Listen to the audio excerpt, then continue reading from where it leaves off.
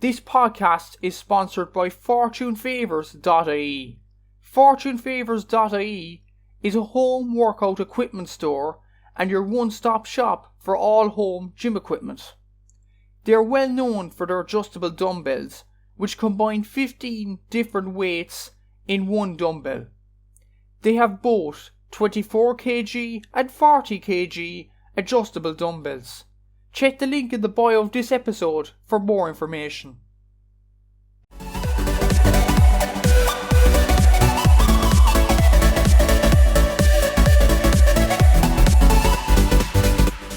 So welcome back to the podcast. I'm here with Aaron Prendergast from GAA Fan TV, just to talk about this weekend's Tailteann Cup games and of course the provincial finals this weekend. It's a bit unusual having 4 on the one weekend, but it is a weekend of finals. Besides the GAA as well, there's the Champions Cup final, there's the playoff final, which I forgot to mention on my tweet yesterday as well, and also there's Champions League final, but the GAA is obviously the main one we're talking about here. First of all, Aaron, how are you since this week? To be honest, we talked about the previous weekend's games on your channel yesterday as we're recording it on a Tuesday. So how are you since then, I suppose?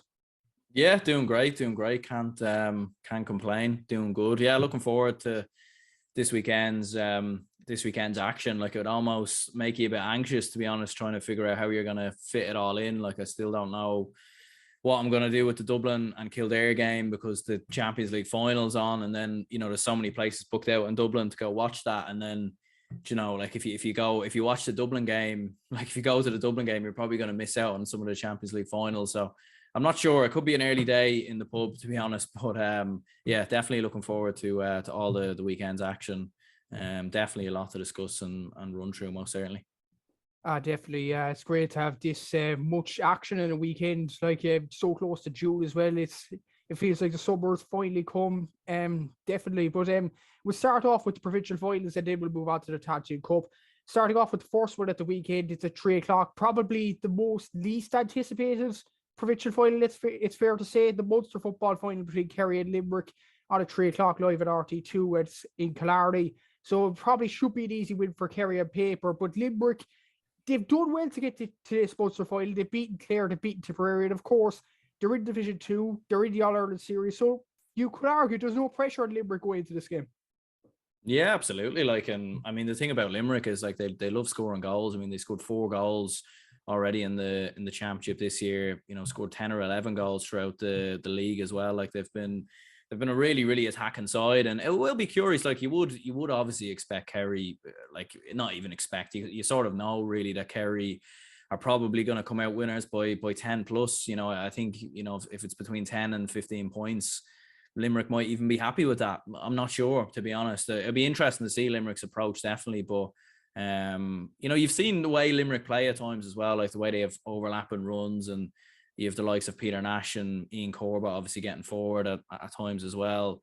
Adrian Enroy, I was very impressed with against Louth. Like, they do have good players. Josh Ryan's done very well this year. He's their top scorer. I think the main thing for Limerick, to be honest, because I think Limerick will be eyeing up now in All-Ireland quarter-final. Like, they'll look at that draw, the qualifier draw. Like, a lot of people are talking about how Cork will be happy, and maybe Clare will be happy, Meath will be happy. But if you look at Limerick, like, if Limerick can come out of this without getting too much of a beating, if they can stay competitive, if they can keep this under 10 points, that would be a huge plus, in my opinion, and stay competitive, a bit like what Cork did for 50 minutes or so, and maybe try to keep that up. And then who knows, like, if they can get a decent, like, if they can get a Cork, mate, or allowed a Clare or a Meath, I know Clare, Cork, they'll be fancy their chances against Limerick as well. But, who's to say Limerick don't reach an All-Ireland quarter-final? Like, a little bit of luck and they could get there. So, although you would look at Kerry as being the overwhelming favourites, most certainly, there's still a lot to play for here for Limerick. And if they were to reach an All-Ireland quarter-final, that would be a huge achievement for Limerick football. And of course, it's worth mentioning the last time these two met in the Munster final, there was a point between the teams, and Limerick, I think, were 3 or 4 points up at halftime, but that was 2010. That was 12 years ago. It's a lot has happened since then. But as you said, Limerick, they've had a brilliant year so far, like a lot of positives. And as for Kerry, like they played well enough against Cork from what I was hearing anyway. Look at the highlights, like people not giving Cork enough credit for the way they pressed Kerry so much. But I see your reaction to the game on your channel. You thought Kerry were pretty good in that game against Cork, despite people not not thinking the same as you? Yeah, like I thought, like don't get me wrong, I don't think they were at their brilliant best. I don't think they were at 100%, but I don't think they needed to be. Like I think they only really needed to be at 70 to 80%, and even at that, they only hit 3 or 4 wides in the game. Like David Clifford had a quiet enough day once again against Cork. But I think it just, for me, that just shows more their depth in their squad. Like Cork, as you said, played very well for 50 minutes or so, 40 to 50 minutes. They kept well in touch with Kerry. They didn't have too many wides either. You could see the difference in terms of quality and conditioning. But like for Kerry, I still think they dealt with it very well. Like they still came out 12-point winners, and a lot of people are saying Cork have played well. So that's still a big victory. And like they just have so many options, from Tony Brosnan, Paddy Clifford, like Sean O'Shea hit 10 points on the day. Stephen O'Brien, I've been hearing from Kerry fans, they felt like that was his best performance maybe since he played Dublin in the drawn game in the All-Ireland final back in 2019. So and they still had Paul Gainey to come off the bench, Darragh Moynihan. So yeah, like it wasn't 100% for Kerry, but a bit like Dublin in Leinster.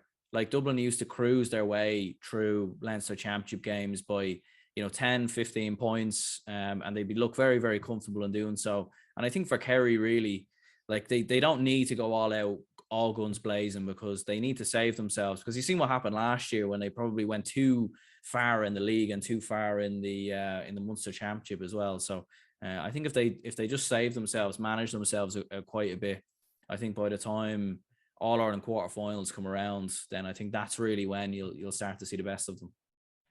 I suppose you mentioned Clifford there scoring only 4 points against Cork. Well, we say only 4 points, but by David Clifford's standards, it's not really enough in one game, to be honest with you. But seeing as he performed pretty below par against Cork, Kevin Flaherty did with him pretty well. Is there kind of pressure on Clifford to deliver this game against Limerick, or do you think we'll see the best of Clifford once the quarterfinals, semi-finals come?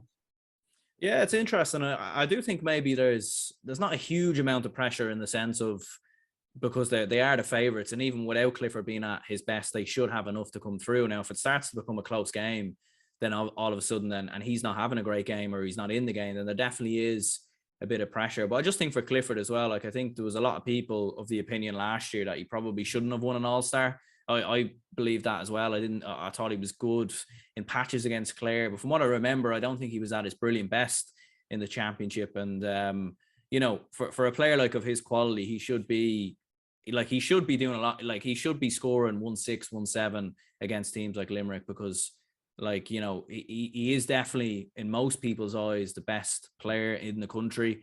And he's, if Kerry go on to win an All-Ireland, he's definitely going to be in contention for Footballer of the Year. So I think for his own personal performance, he'll want to put in a good performance here, just so it gives maybe the team a bit more confidence going into the quarterfinals. But at the same time, don't think it's the be all and end all. Like I think, if Kerry end up winning an All-Ireland and Clifford isn't at his brilliant best, I don't think it will make that much of a difference in terms of Clifford. Like I'm sure Clifford will still go home with a smile on his face, with a Sam McGuire in his back pocket. So, but you would feel like he will need to be at his best at some point. But to be honest, though, it'd be very hard to see how Limerick actually stop him. To be perfectly honest, like that's going to be an interesting one to see how they deal with him, because like it's not just Clifford you have to deal with. It's Stephen O'Brien and it's Paul Gainey, Paddy Clifford, Tony Brosnan. There's just Sean O'Shea. There's so much players to keep up with. But we'll have to wait and see. And I suppose before we give our predictions on the game, I was actually thinking of Kerry's defence. Like they performed pretty well in the league, pretty well against Cork. They only conceded 11 points, against Cork. Like Jason Foley was full back that day as well, and he's performed very well in the league. Do you think Limerick, like the likes of Josh Ryan, the likes of Robbie Burke, Killian Fahey, can put much pressure on the Kerry defence, or do you think the Kerry defence can still hold their own in this game and they'll be challenged once quarterfinal, semi-final time rolls around? Yeah, it's going to be an interesting one. I'm sure, though, like for Kerry, for Jack O'Connor, for Paddy Tally, like I'm sure when they evaluate this Limerick side and they look at this Limerick team, they will see that the main threat for Limerick has been goals. Like that's been essentially what's got Limerick to this point. Like they won by 6 points. The 2 goals were crucial there. The 2 goals against Clare were what's seen them into penalties in that game. So they've been crucial in scoring goals. It's sort of been the main, like with Limerick, although Josh Ryan's done very well, like I think when you speak to most Limerick people, they probably say Danny Neville is probably their best forward, and he's not in the panel this year. So Like they probably don't have maybe what, say, a Tipperary have and Connor Sweeney, or what Louth have and Samuel Roy. Josh Ryan's done brilliantly well, and he's a very good forward, make no mistake about that. But I don't know if they have like a marquee forward, like a top class forward. So I think for Kerry and for Paddy Tally and for Jack O'Connor, they like the main, they'll definitely be trying to limit those goal opportunities. I can't remember Cork getting a single goal opportunity, and I think like that's going to be the main way Limerick win, like, or sort of make a game out of it is by them goals. So and seeing how well Kerry have defended so far this year against much better teams, it's very hard to see how Limerick can cause any problems. But if Kerry are complacent or have an off day, you could see maybe Limerick causing a few problems there, because Adrian Enroy and with Brian O'Donovan, Ian Corbett getting forward as well, and as you mentioned, Josh Ryan, like they have a lot of players who can cause chances, and they do create a lot of goal chances as well. You've seen that in the Clare and Tipperary game. So we're both in agreement that Kerry are going to win this game, but the question is by how much? Yeah, like I'd love to see it below 10, just because you'd love to see it be somewhat competitive. And it's probably a good thing that this one's on first, to be fair, because at least we kind of get this one over and done with, and this will be sort of like a nice warm-up game before the Leinster final. But yeah, like I think Kerry probably by 15 plus, realistically speaking. I think Limerick they'll stay in contention, maybe. Like they might only be 6 or 7 points down at half time, but as you've seen, like with a lot of the games already this year, it's in that final quarter really where the big teams have pulled away. Like you've seen Tyrone do that against Fermanagh, you've seen Kildare do that against Louth. Like just the conditioning and the bench of some of the bigger teams compared to the smaller teams makes such a big difference, and I fully expect that Kerry bench, they're going to get a lot of game time and certainly do a lot of damage to that Limerick defence when they will be getting more tired. Yeah, I'd have to agree with you. I'd go maybe 13, 14 points just to be nice to Limerick. I'd love them to win, obviously, but Kerry are just going to win this game. We all know that. And going on to the next game, actually, now that you mentioned like getting Limerick and Kerry out of the way, I was just thinking as well, we get better as the finals go on. So that's probably a positive looking at the weekend, to be honest with you. Dublin Kildare is the next one, the Leinster final, as you mentioned, 5 o'clock on Saturday evening, live on RT2. Like, this is an interesting final here. Like, don't get me wrong, Dublin performed pretty well so far. They hammered Meath, they hammered Wexford, but Kildare, they're Division 1, they're Division 2 now. They were Division 1 last year, or this year, should I say. They performed pretty well. Jimmy Hyland's doing well. They performed pretty poorly against Westmeath, but still, there's a lot of expectation about this game, more so than recent years. Yeah, definitely. Like I think when you look at obviously Kildare having beaten Dublin this year in the league and obviously haven't finished above the league, and I know it's kind of funny, like a lot of people are almost discounting Dublin's league performance and saying they're still huge All-Ireland contenders, still huge All-Ireland favourites, and sort of just forgetting the fact that they lost 6 out of 8 games, conceded 11 goals in the process, had one of their worst ever league campaigns in 50 plus years. Like it was dreadful really from Dublin. Like let's be perfectly honest. And even in the Meath game, there was still vulnerabilities there defensively. Like I still seen that early Jordan Morris chance. A couple of other times Meath floated like sort of just diagonal balls into the square. Like that has caused problems for Dublin this year. Was how the Kildare game came about. You've seen the Monaghan goals as well.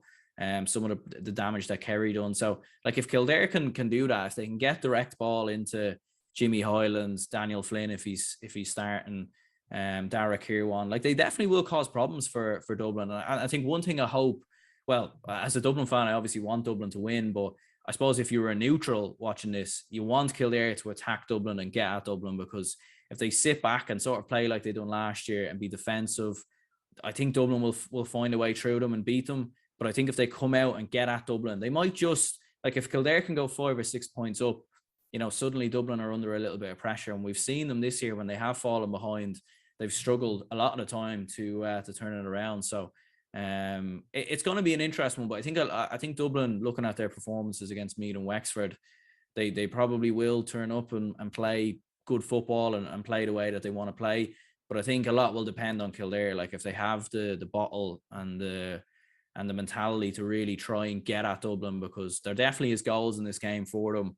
And I think if they can get their forwards in it I think they could be in for something special. Like I really do think they have a serious chance. They most certainly do, yeah. And it's interesting with Kildare, this championship campaign so far. Like against Lowe, they performed pretty well. Against Westmeath, there was a lot of pundits criticising them after their performance. But I was just thinking the other day, maybe this Kildare team is peaking at the right time, maybe peaking to Leinster final stage. Would you agree with that statement? Yeah, it's an interesting one. I mean, they have gone full throttle a lot of the time throughout the entirety of the league. Obviously, in all their games in Newbridge, like they were fairly well tuned in the league, and obviously when they played Loud, like they put in a big performance there, scoring 222 and blowing away a team by 16 points when a lot of people felt like that game would actually be a lot closer. And then against Westmeath, it was a strange one really. I think they just took their foot off the gas really going into the final 10 minutes. I think maybe there was an element there of Glenn Ryan's men sort of looking at thinking, we'll conceive a bit of energy here. We'll try, make sure we don't have any more injuries, because obviously Flynn has had his injury problems. Paddy Woodgate's now had a couple of injury problems as well. So I think from a Kildare perspective, there probably was an element of not risking too much. It's a hard one to know. Like I think you could also say at the same time, they've gone so strong, like they've really pushed themselves in the league. They put in a big performance against Louth. Maybe they looked a bit flat against Westmeath. So you could look at it on the opposite side of the spectrum and say, maybe have they, gone hell for leather and maybe burned themselves out a little bit. So it'll be interesting, definitely. But I think if they can perform to the level that they know that they can perform, I think they can definitely give Dublin a really good run for their money. And looking at the scores list, actually, it's interesting. When you look at the Dublin score list, the second top scorer is a guy that has come back for the league. When he wasn't playing in the league, he's come back into the championship campaign. That is Connacht Callan, of course. He scored 1-8 so far in 2 games. Like, how impressed have you been as a Dublin fan with Connacht Callan coming into the team? Has he made so much of a difference that Dublin seem to be all-Ireland contenders again now? 100, yeah, definitely. Like, he definitely has made a huge difference. All right, to score 1-6 in your first game, obviously after coming back from, what many people believe to be injury problems. Although I'm not too sure if that has been confirmed or what was going on there, but he's come back into the team and he's looked brilliant. 1-6 against Wexford, 2 points against Meath. Very, very impressive from his perspective. And he does offer, like, I suppose, a different outlet really, because you see Conor O'Callaghan when he can leap up and catch those high balls, and the way he turns, like, he can sort of kick a direct ball into him, and it does just change the dimension a little bit, because he doesn't just kick points and score, but he supports the play as well. He's usually sort of part of that when you see a lot of Dublin's vintage goals where they're sort of making triangles in around the square, and then obviously the volleyball sort of hand pass style goal, like you see Dublin do that a lot. So having Conor O'Callaghan back in the side definitely gives them that outlet, and yeah, he's definitely, Dublin are definitely a lot better with him in the team, because then you're then looking at players like Paddy Small, like they brought him off the bench. He's not a bad player to bring off the bench. Lorcan O'Dell as well. So Dublin and Noel Scully, for example, who came off the bench, like Dublin are all of a sudden finding just a few options from the bench that maybe they didn't have last year, and I think that's going to be of critical importance if they are going to do anything special this year and win back the All-Ireland. I suppose another aspect going into this game, like Kildare came off the back of a tough enough game against Westmeath. Like Kildare did perform poorly, but let's give credit to Westmeath. They were brilliant in that semi-final. But when you look at Meath's performance against Dublin and Croke Park, most people described it on social media as pathetic. Like, would that be a worry for yourself as a Dublin fan that you didn't really get a test as of yet, because Wexford weren't really up to it in the quarterfinal, and then Meath didn't really put up their best performance in the semi-final after that? Yeah, I think that you definitely do make a good point there, because like I think even though Meath lost by 13 points and they were, as you said, very poor, they were terrible for the majority of the game. Like the scoreline probably flatters them, like the fact it was only 13 points. They obviously got that late goal, which sort of made it, well, not more respectable, but a lot. Like this could have been 20 plus at one stage. You were looking at it and thinking this could have been more than that 2020 hammering. But even at that, like there were just a few instances, as I said, where Meath created a couple of goal chances. And that was like, they probably only tried that tactic maybe 2 or 3 times in the whole game. And they nearly came, they nearly pulled it off. So, and there probably is an element of, because Dublin have, as you said, come up against 2 teams that really are very low at the minute, in terms of morale, in terms of quality. they probably look a lot better than they are, and there's probably a lot of hype in Dublin's favour, and a lot of people believe in Dublin again, and everything else. And it could maybe be an issue because, like, as we've seen in the league, when Dublin have been under pressure, they haven't been able to turn it around this year. Like, I know they fought back against Monaghan, and it was level going into the last kick of the game, but that was more so just down to Monaghan crumbling really and giving away a silly penalty, because Dublin didn't even look like scoring in that one. So that might be a bit of a worry. As I said, like, if Kildare can put up a 5 to 6 point lead, and keep a lot of consistency throughout the game, it will be interesting to see how Dublin respond. But I do think at the same time, it would be a good thing for Dublin to be in that position, because, being 5 or 6 points down against Kildare, like, they could turn that around. Like, they have the quality to do so. And having that confidence and experience of turning that around, it might just give them confidence if, say, they fall 3-4 points down against the Mayo in a quarter final, or, a Kerry in a semi-final, let's say, for example. So, I think that, there's definitely a few concerns there. And what would be your score prediction going into this game? Do you think Dublin can retain the Leinster title once again, or do you think Kildare can win their first Leinster title since 2000, remarkably?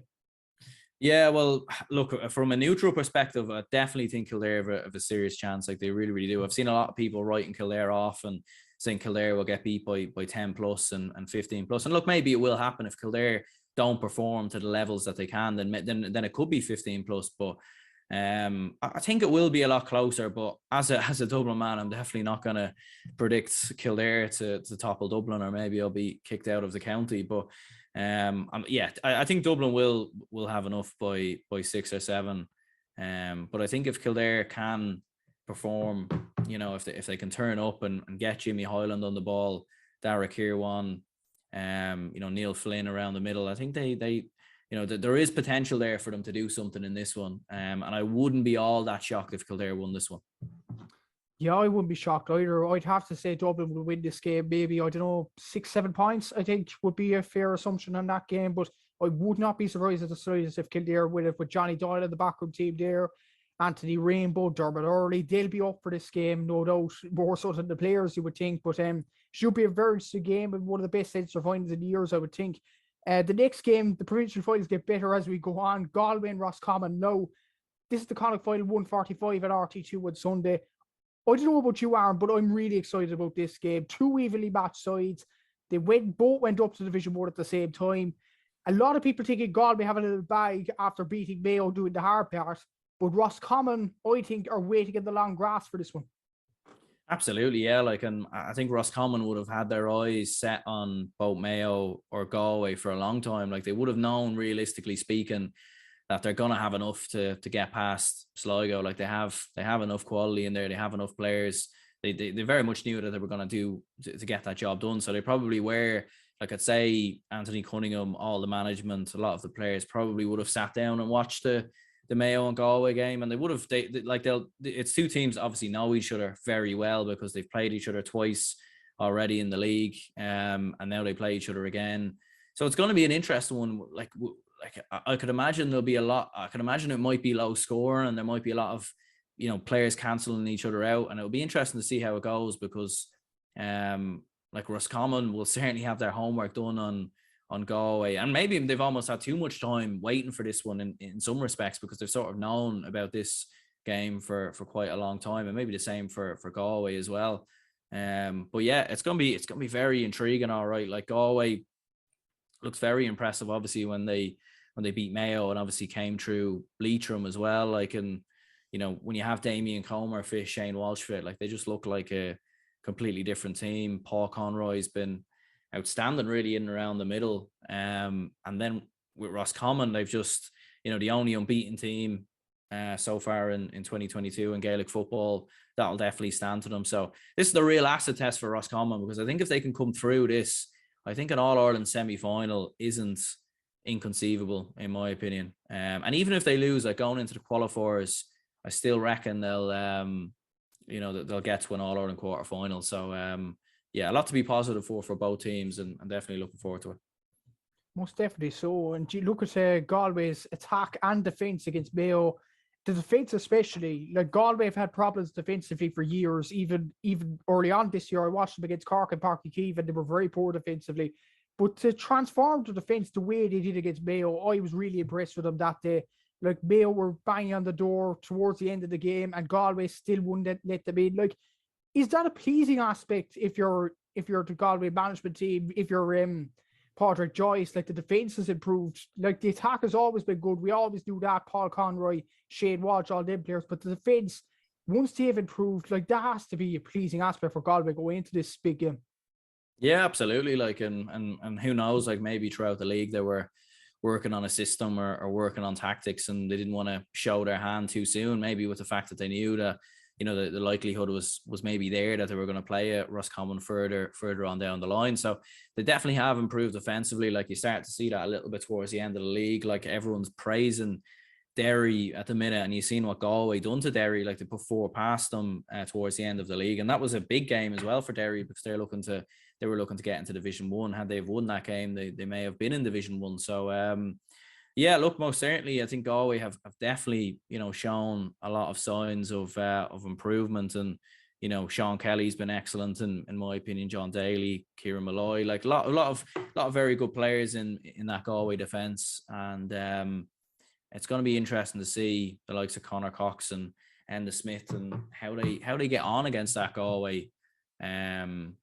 backline, and whether it is sustainable, because I do think Mayo had chances, but they probably just weren't clinical enough. But I think, I think Galway have definitely shown a lot of improvements defensively, but Roscommon are very good defensively as well. Like, they're one of the best defensive teams in the league, and that's why I think this game, while it will be intriguing, I do think it might be low scoring, and it might be maybe a bit of a hard watch at times.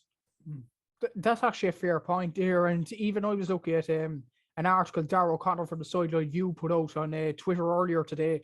He was saying that Roscommon have won in Saltine actually twice now, and that's a bare bit of a stadium. It's an unbelievable record for Roscommon. Like, could that be a factor as well, that Galway, you know, have a bit of stage fright at home against the side like Roscommon, and kind of flatter to deceive? Like, that could that be a positive for Roscommon going into the game as well? Yeah, well, I suppose history suggests that it certainly probably will be a positive, because for whatever reason, when Roscommon are playing at home in these Connacht finals or semi-finals, they don't seem to quite get there. They seem to quite struggle. I know they beat Galway at home earlier in the league, but there does seem to be something in the Connacht Championship when they go away from home, maybe where, you know, they have the tail between their legs and they sort of stand up to be counted. So definitely could be a huge opportunity for Roscommon going away to Galway, most certainly. Yeah, definitely. So you look at Roscommon's scores as well. You mentioned their defence being excellent, but what I noticed, their scores in the league as well. There were so many different scores. I've said this so many times before as well. They always relied on one player, whether it be Conor Cox or Donny Shine back in the day. They have the likes of Conor Cox now, the two Smith brothers, and then Donny. They have Niall Kilroy there as well, who's chipping with a few points. The Murtas and Dermot and Kieran. And you have other players as well, Cian McKeown, who's an excellent young player. Like, Roscommon to have these amounts of players coming through as well, even if they lose on Sunday, going through into the quarterfinals, or they could possibly get to a semi-final with the amount of talent they have to step up when others like Cox aren't stepping up. Yeah, well, to be honest, like, I think you could argue the case that this is maybe the best Roscommon team possibly ever, and possibly better than the sides that won the two Connacht titles. Now, they will need to deliver, and they will need to actually go out and win a Connacht title for that to be proved. And then obviously they'll probably need to go one better in an All-Ireland quarterfinal. But as you said there, like, yeah, the balance in the squad seems very, very good between, you know, Conor Cox and the Smiths, two veterans who've obviously been there and done it, a huge amount of experience. Kieran Murtha, since coming back in, looks very good. Cian McKeown as well. And as you mentioned, some of the younger players who've come through, and even the options from the bench, like even just looking at against Sligo, like you'd Jeremy Murtha, who came off the bench, Noel Kilroy, Keith Doyle, like they're getting a whole host of scorers from so many options. So like they have top quality players, but because the problem was with Roscommon for a long time was that they were almost too attacking, and they were leaving themselves too vulnerable at the back. And that was sometimes what worked in their favor, because they were catching teams cold and they were going out and troubling Mayo and troubling Galway. But then when they came up against the very top teams, the likes of your Dublins, and then obviously Mayo and Croke Park, they were getting torn apart. So reverting back to being way too defensive, that clearly didn't suit them either. The fans weren't happy with that. But it seems like now they've sort of found the perfect balance between the two systems. But I think at the same time, this is obviously now where it matters. And I'd give Roscommon a huge chance, definitely to cause a shock. I don't even know if it would be a shock, to be fair. It probably wouldn't, to be honest with you. Like, Galway are a good side, don't get me wrong, but Roscommon were in the same position as Galway. They actually topped Galway in getting promoted as well, winning the Division 2 final in Croke Park and actually topping the league itself. So you could argue Roscommon should be favourites for this game, but who would you back? Like, this is a very tight one to call. Like, who would you back, Aaron, in this game? Would it be Galway or would it be Roscommon for the third time since 2017? Yeah, it's a hard one, all right. Like the idea of Roscommon beating Galway 3 times in 1 year seems very tough, but I probably would just give them the edge, to be honest. I have a funny feeling this is going to go to extra time, and I think, as I was saying there, I think Roscommon's bench is better in terms of the options that they have. I think this Galway side is still a little bit, there is still a lot of newer players in there, and the likes of Sean Kelly and Robbie Finnerty, who's come back in, and a few other lads. Matthew Tierney, for example. And whilst Roscommon have introduced young players as well, I just think they just have a little bit more of an edge. I think they're just a little bit more balanced. And like, even in the Mayo game, for example, like, Galway won that game by a point in the end, but people forget, like, Galway were 6-7 up going into the final 10 minutes, and and Mayo nearly pulled it back out of nothing when Mayo were fairly poor for large parts of that game. So I think if Roscommon are at the races and they keep up the performances that we've seen from them in the league, get Cox on the ball, end the Smith with those driving runs, I think they will beat Galway. I think it'll be close, and I think it will be an extra time, but I'd fancy Roscommon maybe of the narrowest margins, maybe by a point. It could even be penalties as well. Could be, definitely. It'll be a very, very tight game. Jeez, who to win this game? I'd probably go Roscommon as well. Like, I've backed them from the start to win Connacht titles, and I just think Roscommon will have it in them. As you mentioned, the bench there, the forwards they have, and there's a lot of pressure now with the likes of Shane Walsh, David Cober to perform for Galway, and I'm not sure can they perform in this magnitude of game. Their jury's out there, but we'll have to see. Like, this will be a very tight game. And speaking of tight games, the next one, the Ulster Championship final, Derry and Donegal. It's live on RT2 and BBC Two North Ireland. If you're up in the north somewhere, you can't watch RT at 4:00 on Sunday. Like, my God, this looks like a very tough game to call. Like, I've watched Derry twice now, done stats in their games. I've watched Donegal against Armagh, so I've seen a lot from both sides, and I'll honestly tell you, Aaron, there's not a whole lot to call between these two. Yeah, well, this is definitely the game that I'm most excited for this weekend, to be perfectly honest, because it's going to be very interesting. Like, whoever can come through this, I think Derry, for me, are all Ireland contenders. I still think there's a question mark over Donegal, but if Donegal can go out and beat Derry, I think that will give them, although Donegal are going to be the favourites and they beat Derry last year, I think that will give them a lot of confidence. And then also as well, like, they'll be avoiding Dublin, Kerry, and either Galway or Roscommon in an All-Ireland quarter-final, provided obviously, Dublin and Kerry win their provincial finals. And that'll be massive as well then. And then you're looking at, who maybe comes through the qualifiers. If they can get, maybe someone like a Cork or maybe someone like a Clare, and you'd fancy them, then all of a sudden they're in an All-Ireland semi-final, and then it's bonus territory then. So it's a huge game for both counties. Like, to be honest, this is probably the biggest game of their season, in my opinion, because the sort of knock-on effects of winning this one are going to be so important, really, because you're going into that quarterfinals, avoiding some of the other big boys in there as well.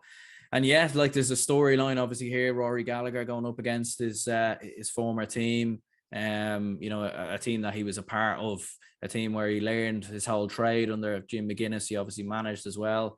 You look at Derry's style; it's maybe evolved a little bit from Jim McGuinness. I don't think it's quite as, like, hugely defensive as Donegal, but there is a lot of elements of that. Like, you can definitely see the sort of Jim McGuinness-esque sort of way of that Derry are playing. And the way they break at pace as well, they break on the attack, and the way that you even see in the likes of Garrett McKinless venturing forward. I think Benny Heron's been probably a very underrated player who probably doesn't get the credit he deserves. And, you know, you're seeing Conor Doherty venturing forward as well. Like the way they're playing is very, very exciting. And defensively, they've been brilliant so far. Brendan Rodgers has been very good. And, you know, if it is Brendan Rodgers picking up Michael Murphy, obviously we'll have to wait and see. That could be a really, really intriguing battle. So, yeah, it's a huge, huge game for both counties, really, because, you know, I think a defeat for Derry isn't the end of the world because of the fact that they're probably still quite early on in the Rory Gallagher cycle. But a defeat for Donegal is a huge blow, because then it's 2 Ulster final defeats in 3 years. And, you know, I reckon a lot of teams then will be fancying their chances against them in the qualifiers. It's actually interesting you mentioned the qualifier draw going into the quarterfinals. I'm just thinking if Derry and Roscommon win their provincial titles, like they'll be going into the easy side of the draw. I think Conor McKenna mentioned on your own podcast, I think a preview to one of the games, he was saying that there could be a situation like in the World Cup where Croatia and England were on one side of the draw, did the big guns on the other side. In this case, you have Dublin and Kerry on one side, and then you have Derry and Roscommon. Roscommon haven't reached the semi-final since the 80s. Derry haven't reached one since, I think, 04 or 5. So we could have that situation there. And look at the qualifier draw for Monday as well. That situation looks more and more likely as the summer goes on. Absolutely, yeah. Like, and I think that would be great to see. Like, you know, I think that's definitely a breath of fresh air, and maybe then you would have a potential. Well, I don't think it'd be a one-sided final or anything like that, but I think, I think there's a lot of interesting sort of points of view there, definitely, and the qualifier draw. Where I know some people were complaining that a lot of the big guns sort of ended up playing each other, like Armagh Tyrone and Mayo Monaghan, but I think it would have been worse if they were all kept separate, because then, you know, you would have looked at all those like, say if it was Mayo against Cork, Monaghan against Louth, Armagh against Clare, and then, you know, Tyrone against the other Clare or Meath, the other side in there, you would have looked at Tyrone, Mayo, Monaghan, and you would have said, yeah, those games are going to be fairly straightforward. They should be seeing them through, and there wouldn't be as much interest, I don't think, in that qualifier draw, whereas now it definitely does open it up quite a lot more. So yeah, definitely it's going to be interesting, and for Derry and Roscommon, 2 huge games, because the knock-on effects if they win this could be huge. And like if Derry can, like I as I said before, still think they're serious All-Ireland contenders anyway, but if they can get this scalp and beat Donegal, they're really a team to be feared, and I would really start to put them as maybe the second best team behind Kerry if they win this weekend. And when you look at Derry's performances, like against Tyrone, they didn't only beat them, they absolutely obliterated the All-Ireland champions in that Ulster quarter-final. And against Monaghan, like, the scoreline was kind of flattering to Monaghan. Looking at that game, I watched the full game myself, and I thought Derry were much better than Monaghan. Monaghan might have had more chances, but once Derry broke, Monaghan couldn't deal with them whatsoever. And that game plan for Derry, that game plan for Rory Gallagher seems to be working, like inviting teams onto them, and didn't they break so quickly at pace? It kind of reminds me of that Donegal great team under Jim McGuinness in 2012. Yeah, absolutely. Like the similarities are really there. Like when you're watching them, I'm almost getting flashbacks of Donegal in 2014 against Dublin. It's very, very similar to the way Donegal played the exact same way. Like they stood off, they sat back against Dublin, but they limited the space. They allowed Dublin to kick from distance. And I remember in the first half, it was actually working, because Dublin, I think, were 6 points up or 4 or 5 points up at half time. But they eventually started to wear Dublin down, and then eventually just started breaking, and, you know, in numbers, and all of a sudden Dublin just couldn't deal with Donegal. Donegal probably nearly could have won by more in the end. It was a crazy game. So yeah, look, from a Derry perspective and from a Rory Gallagher perspective, you would expect them to set up the same way, but at the same time, you know, a lot of these Donegal players played under that system under Jim McGuinness. So and although Declan Bonner's Donegal aren't quite like that, you know, there's definitely a bit more possession based sort of system under Donegal, and hand passing and everything else. It probably isn't as it certainly isn't quite like the same way that Rory Gallagher's Derry play, but you know, a lot of those players know how Rory Gallagher and how Derry are going to set up. And I think that's what makes this very intriguing, because, you know, Donegal are going to know a lot about Rory Gallagher and Derry's system, and Rory Gallagher is going to know a lot about these Donegal players. So, yeah, it's going to be very interesting. And I feel like we're talking a lot about Derry, and deservedly so. Derry have performed absolutely brilliant in the Ulster Championship. But with Donegal, like they beat an Armagh team that were heavily tipped for all-Ireland contention before Derry even came into the fray after their performance against Dublin in the league. And Donegal really beat them quite comprehensively in that quarter-final. They might have performed poorly in that semi-final against Cavan, but I feel in those type of games in the past, like against Cavan in 2020, like against Mayo in 2019, Donegal would have lost those games. So it kind of shows the grit of this Donegal team that they went over that game. Like Cavan are no bad team by any means. Yeah, like they definitely are going under the radar. It's a strange one with Donegal because I think they finished third in the league. As you said, they beat Armagh very convincingly, very comfortably. And obviously they came through Cavan as well. And I suppose it is the sign of a great team if you can win games when you're not playing particularly well. That was probably Donegal's problem in the past, where they probably needed to be at their best really to come through games and to win games. So yeah, like and that's what makes it fascinating as well, because it is a weird one with Donegal. Like it's hard to know really where they're at, because they've had some great performances this year, but they've had some underwhelming performances and maybe not got punished at the same time. You know, like against Tyrone, I remember in the league, like for the opening half an hour of the game, I thought Tyrone were the better side. They were dominating and should have been clear in front, but then Donegal just turned it on. And once they started to play well and build a bit of confidence, all of a sudden they look like a different team. So it's a strange one with Donegal. Like, you know, they're probably, they're looking a lot to Paddy McBrearty a lot of the time. Michael Murphy and Michael Langan's obviously looked very good since coming into the side as well. So yeah, it's such a tricky one really to call in many ways. But yeah, Donegal, you definitely can't sleep on them either, and that's why I'm saying, like, if they can come through Derry, then I think you have to really start putting them in the All Ireland contenders bracket, because they're in that side of the draw that's certainly more favourable, and a bit of luck in an All Ireland quarter final, and who knows where they could end up really. And I suppose you actually mentioned beforehand the Derry and Donegal meeting last year. Like, if there was a point in it, Derry could have easily gone for a point to level the game, and they didn't in the end. Like, could that have an effect on this game? Like, could Derry have something to prove in this game? I know they performed pretty well in the Ulster Championship, but after last year's heartbreaking defeat, is this a point to prove for Derry that they can, in fact, beat Donegal? Yeah, maybe there could be an element of that, but I do think at the same time they'll probably be more so just looking ahead to this year and looking ahead to this game. Like, I think last year with Derry, it was just because of I think COVID affected a lot of teams, because you know they had limited games and you couldn't have challenge games and you weren't allowed training, and just there was all sorts of chaos there. And for Derry, like, they were starting to get, obviously Rory Gallagher had taken charge in 2020. They just very limited games, and they weren't playing because they'd fallen so far down the divisions. They weren't getting quality games against good teams, and he obviously couldn't have that many challenge matches because of COVID as well. So it was probably one of them where they needed that game, and if there had been qualifiers, maybe they would have gone on a bit of a run and maybe got to a quarter final, or final round of the qualifiers or something like that. So yeah, there might certainly be an element to prove, and maybe even for Rory Gallagher as well. Like, when you see how crazy he is on the sideline at times and his jumping around and all the rest,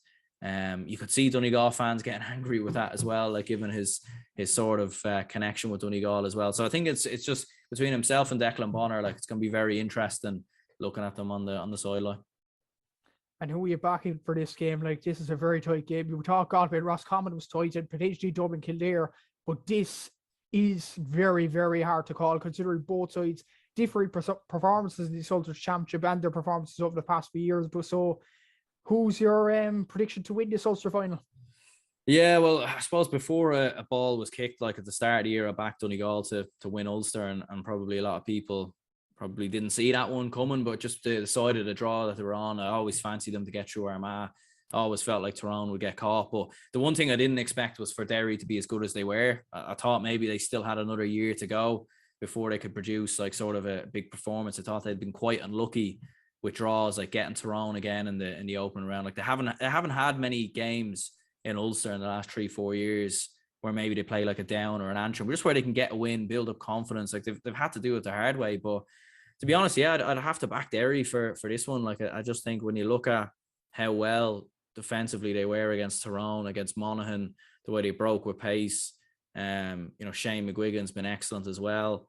The energy that they play with, the intensity, and if Donegal aren't careful, like it could end up a bit like Monaghan and Tyrone, and it could end up getting away from them. So like for Donegal, they're going to have to match Derry and live with them. And when you've seen Donegal against Cavan, they just didn't really look like that. Against Armagh, they were great, don't get me wrong, but I think Armagh were very poor at the same time. So yeah, I think Derry are going to do it, and I think it's going to be comfortable enough as well, to be honest. I think it'll be by 5 or 6. It's a very shocking prediction. Like I thought you'd say it'll be a tighter game than your prediction right there. But I'd probably have to back Derry myself. Like before the ball was even kicked in the Ulster Championship, I actually said Monaghan would win it. And considering Derry beat Monaghan quite comprehensively in that semi-final, I'm going to go Derry. I think it'll be tighter than your prediction. I think it'll be about 2 or 3 points. But it should be a very fascinating game indeed. Very exciting finalists to look forward to. Maybe 3 out of the 4, maybe not so much Limerick and Kerry, but them 4 finalists should be some crackers this weekend. And we'll go on to the Tailteann Cup now. But before we preview these games, like Colin O'Rourke was talking about in the Sunday game the other night, saying it'll be great to promote these competitions. They just need the promotion. It was announced recently there'll be 1 game shown on GAA Go a week. Like, do you think that's enough for the Tailteann Cup, or do you think there should be more shown at the same time? Yeah, well, I suppose if they could do what they did last year and show all the games on GAA Go and have them available there, it'd be very handy, because that there's going to be cameras, I suppose, at a lot of the games. One game, I suppose, I feel like it'd be better maybe if they had 1 game from each section, maybe 1 game from North, 1 game from South. I feel like that would be a lot better. And maybe if they had 2 games per week, it would be a lot handier, because obviously, I know you have qualifiers coming up next weekend, but you're not going to have too many games now between now and the end of the championship. Like, you'll be down to, like, after this weekend, or after the weekend after this one, you'll be down to 12 teams left in the championship. So, you're looking at not that many games, only like 10, 11 games left in the entirety of the championship. So no reason why I don't think they can have more. I know obviously you've hurling games as well, but we're through the round robin there as well, so there isn't much to show there. So I think there should be more. Should be more games shown, but I think the big one really will be, how much coverage are they going to give it on the Sunday game? Like, how many highlights are they going to show? Are they going to show just 2-3 games, or are they going to show more? Like that, I think that's going to be the big question really, because I know they're doing a good job at the weekend, but they're probably, there was no other football colliding there.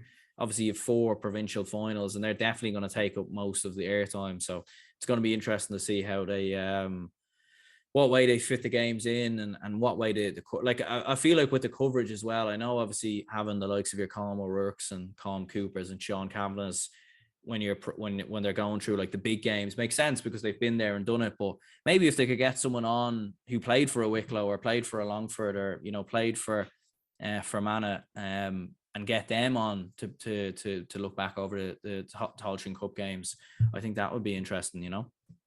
That's a very good point you made there. And I think this weekend, I definitely agree with you. This will be the big challenge this weekend. I was actually going to say that there wasn't much football action. There was none. In fact, there was only the 2 games last weekend in the Tailteann Cup to shown by one analyst in Colm O'Rourke, which I was kind of disappointed about. But at the same time, Curly took precedence last week. But this weekend will definitely show it.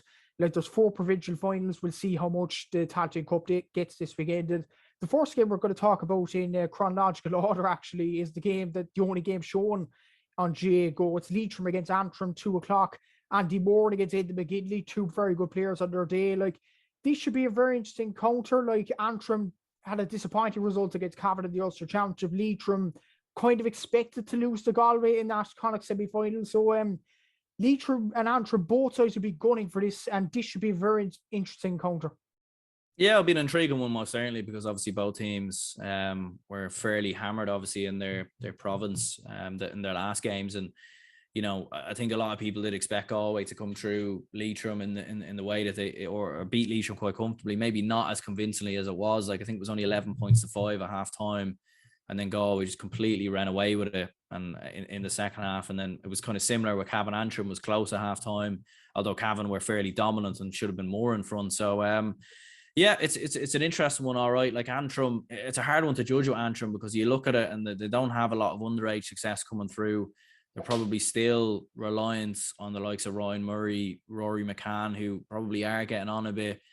You would look at it and would you think, like, has Enda McGinley, like, is there much more he can really do? Like, can he squeeze a bit more out of that team? I'm not so sure. Like, so, like, one part of me thinks like maybe they've probably maybe, I don't know, like overachieved a little bit this year and getting so far up in Division 3. But at the same time, you wouldn't back against them pulling off a result here, but probably would have to back Leitrim. I think I do think they just have better players in Ryan O'Rourke, Emlyn Mulligan, and I do think, yeah, it's a very tricky one, to be honest, in many ways. But just with Leitrim as well having the home advantage, I think that might just make the difference. Thing is as well, Tom Pryor, another very good young player, definitely one to watch in the Tailteann Cup. Keith Byrne, he didn't play much in the Connacht Championship due to that red card at the last day of the league season, so he'll be going for this competition. I'd have to agree with you. I'd go Leitrim. They have home advantage. They probably have better players, and Antrim, as you said, it's kind of an interesting point, but maybe correct. See, they're a bit overrated in people's eyes, the way they performed in the league, not much underrated success, and maybe Leitrim could show them up, especially at home. The next game is between Cavan and Down. We'll probably say Cavan will win this game. They're favourites for the competition, rightly so. And added to that, there was so much friction in that Down camp. Barry O'Hagan said in the last few weeks that he doesn't care about the competition. Eugene Brannigan said he doesn't care about being in the Down team. Like, for a side that has won so many All-Ireland titles, and we're in an All-Ireland final with Cork in 2010, like, it's been some collapse for Down over the last few months. Then Cavan are probably going to win the game to compound their misery. Like, what has happened Down over the last year or so? Yeah, like, it's definitely been very disappointing, I imagine, for most Down supporters, really, to see like how poor it's been for them. Like, they haven't won a game at all since they beat Westmeath at the end of or sorry, when they won the relegation playoff at the end of 2020 against Laois, I think it was. So they've had a lot of disappointments, all right, from a Down perspective. And as you said there, like Barry O'Hagan speaking out, but then also at the Tailteann Cup launch. So, you know, it's a strange one, really. It doesn't seem to make much sense, really, what's going on, like problems with the management and the players, and obviously Eugene Brannigan speaking out as well. It's a shame, really. And it's actually a shame as well that this game isn't being shown on GAA Go. Like, this would have been the game I probably would have been most interested in, really, just because, you know, it's the two most successful All-Ireland winning Ulster teams in history. Would have been good for them to play each other in this, or sorry, for this to be shown on TV. Like, and although you would look at it and think maybe Cavan will be as convincingly as there was, like, I still expect Down maybe to put in a bit of a performance, and I suppose try and sort of right the wrongs, and sort of, you know, a bit of siege mentality, and try sort of you know, prove a lot of the doubters wrong. And sort of, obviously you've had a lot of people speaking out about Down, like maybe James McCartan will look at some of the younger players and under 20 players and think, you know, let's go and do something here, and let's try and, you know, take a big scalp. But yeah, like with Cavan's quality and Thomas Gallagher and Garrod McKiernan and Paddy Lynch has been incredible, really. You know, if Cavan were in the qualifiers and progressed, you would be looking at Paddy Lynch as an all-star winner, really. So yeah, you would have to back Cavan at this moment in time.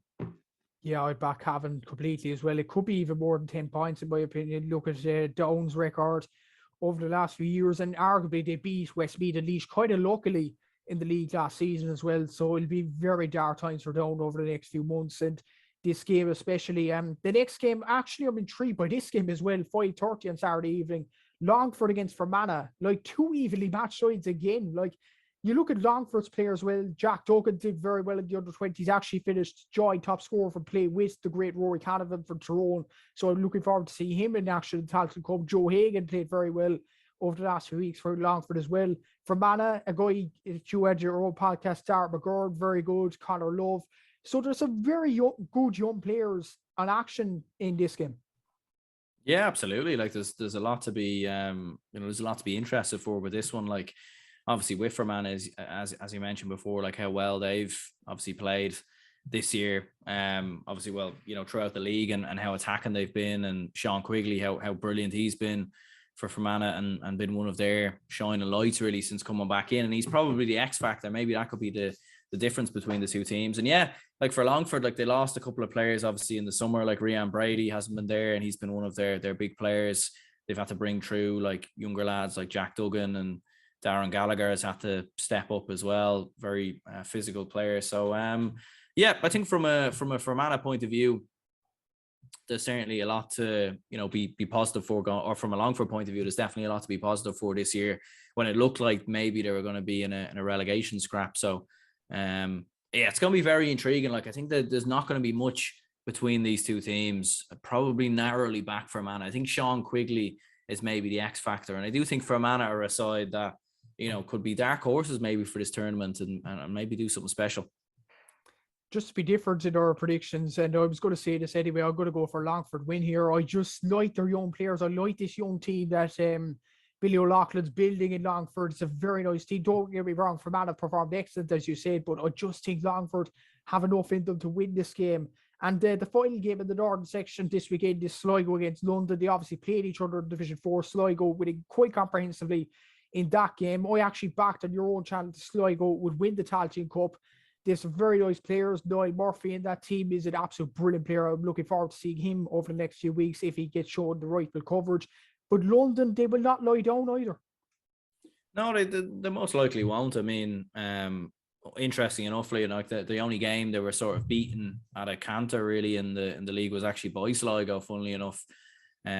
So whether maybe they want to right the wrong there, but yeah, look, for teams like London, your New Yorks, your Waterfords, your Wicklow's, like the Tailteann Cup, like this is really just a huge opportunity for those counties to get more game time, to get more opportunity, and to progress more. And for London, it's an extra game, which they'll take out of a positive. And look, they caused a couple of shocks in Division 4, as we've seen. There was a period at the start of Division 4 where I think they won 3 on the bounce. So with the likes of Liam Gavahan and some of the other lads in there, like Michael Maher's done a really good job there, and they could cause something. But yeah, going away to Sligo, as you said, like one of the best attacking teams throughout the league. I think they finished with the best attack in Division 4. They've definitely been improving, and they definitely put in a good performance against Roscommon as well. And it'd be interesting to see whether some of those under 20 players from the under 20 championship maybe come into the team. But yeah, you would have to look at Sligo at home as the favourites. Yeah, definitely. So nothing really to talk about here. Sligo will probably win the game, in my opinion, and yours. And going on to the southern section, all these games are on Sunday. Carlow against Tipperary in Dr. Cullen Park. Despite Carlow having home advantage, you'd have to back Tipperary here. Like, they only lost narrowly to Limerick in the Munster Championship. They've moved along steadily under David Power, and Carlow, on the other hand, haven't had the greatest of years, both in the league and the championship. So I'd be guessing Tipperary would be your option for this game as well. Yeah, definitely. I mean, I think this could be arguably maybe the most one-sided game of the weekend. When you look at Carlow, like, they've definitely been in free fall this year. Colm Hutton's looked good. I think he scored 118 or something like that for Carlow this year. So he's been impressive, but other than that, they've struggled to score. They've been beaten quite heavily as well. And obviously for Tipperary, like, there's been maybe a bit of a rebuild this year for David Power with some of the lads from that 2020 team retiring, and obviously the likes of Mickey Quinlivan obviously opting out, and a few other players not available. They've had to bring through Mikey O'Shea, Sean O'Connor. So yeah, you would have to back Tipperary comfortably with Conor Sweeney as well. Surely there's only one winner. Absolutely, Tipperary all the way in that game. The next game is on at 2:00 as well. Laois and Westmeath, two Leinster rivals, which I always find they always draw each other for some reason in the Leinster Championship, in relegation playoffs, or the Tailteann Cup, whatever it may be. But despite Laois being at home, I actually think Westmeath will win this game. They're going into this game with more positivity. Would you agree with that, or do you think Laois will put up more of a challenge than people think?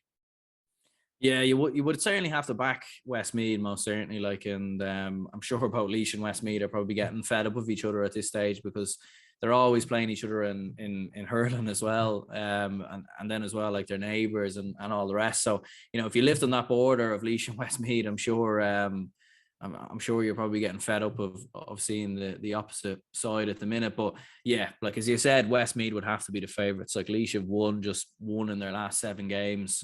5 losses in that time period, and while Westmeath have been very inconsistent this year, they'll definitely take a lot of positives from their Kildare performance. They were maybe the closest out of all maybe alongside Cavan, closest out of all the Tailteann Cup teams from getting to the provincial final. So yeah, you would look at Westmeath as the favourite. I mean, John Heslin, Ronan O'Toole, Luke Loughlin. You know, they beat Laois, I think, earlier in the year already as well. So they should have enough to get past them. Yeah, probably so. I think it might be closer than people think. Laois might have that rival spirit in them, but I think Westmeath will probably win in the end. And the last game of the Tailteann Cup of the weekend is two sides that won last weekend, Offaly and Wicklow. Wicklow put up a very good performance, beating Waterford quite comprehensively. Offaly struggled to beat Wexford, but maybe it's something to build on. Maybe a performance wasn't great last weekend. They're going for a better performance now.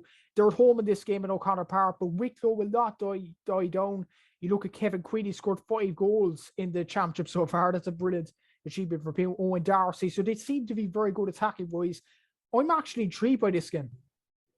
Yeah, absolutely. Same here. I think this is definitely going to be maybe a game that there could, like, if you're looking at all the games this weekend and thinking what shocks or surprises maybe could be in there, and I think this could maybe be one. Only difference is Offaly are at home. If this was in Ockram, you'd really maybe think Wicklow might carry the momentum in. But yeah, like, you have to commend Wicklow really, like, considering the change in management that they've had. Shawnee Furlong retiring obviously before the start of this league season, and although they got relegated, like, they went down fighting, they went down with their heads held high. You know, they've been scoring a huge amount of goals really in their last couple of games. You know, they scored obviously 5 goals against Laois, got a goal against Meath as well, 2 goals in the last win as well, or 3 goals I should say, sorry, against Waterford. So I mean, they're scoring a lot of goals. Keen, or I can't remember his first name, sorry, but Keen Darcy, I think is his name, is doing really well. Owen Darcy, I think it is. Yeah, that's the one, Owen Darcy. Yeah, he's been doing very well. Like, I remember seeing him against Dublin for the under-20s last year, and I was very impressed, like, by his performance. So yeah, like, I think Wicklow have got a lot to be positive for, and like, they'll look at Wexford and think, like, Wicklow beat Wexford a couple of times a few years ago. So yeah, this is a very, very close one, and maybe just to be a bit different, I'm going to back Wicklow for the victory. This is a tight one, actually. You're going to be tempted here, but I'm going to stick with Offaly. My prediction there, I think Offaly at home should win the game, but I think this will be very tight, maybe a point or two in this game. Should be very interesting games in the Tailteann Cup at the weekend. And thanks for coming on, Aaron. Thanks for coming on to the podcast today. And hopefully you enjoy the games. Hopefully you'd see a Dublin win and Liverpool win at the weekend. Wouldn't that be special?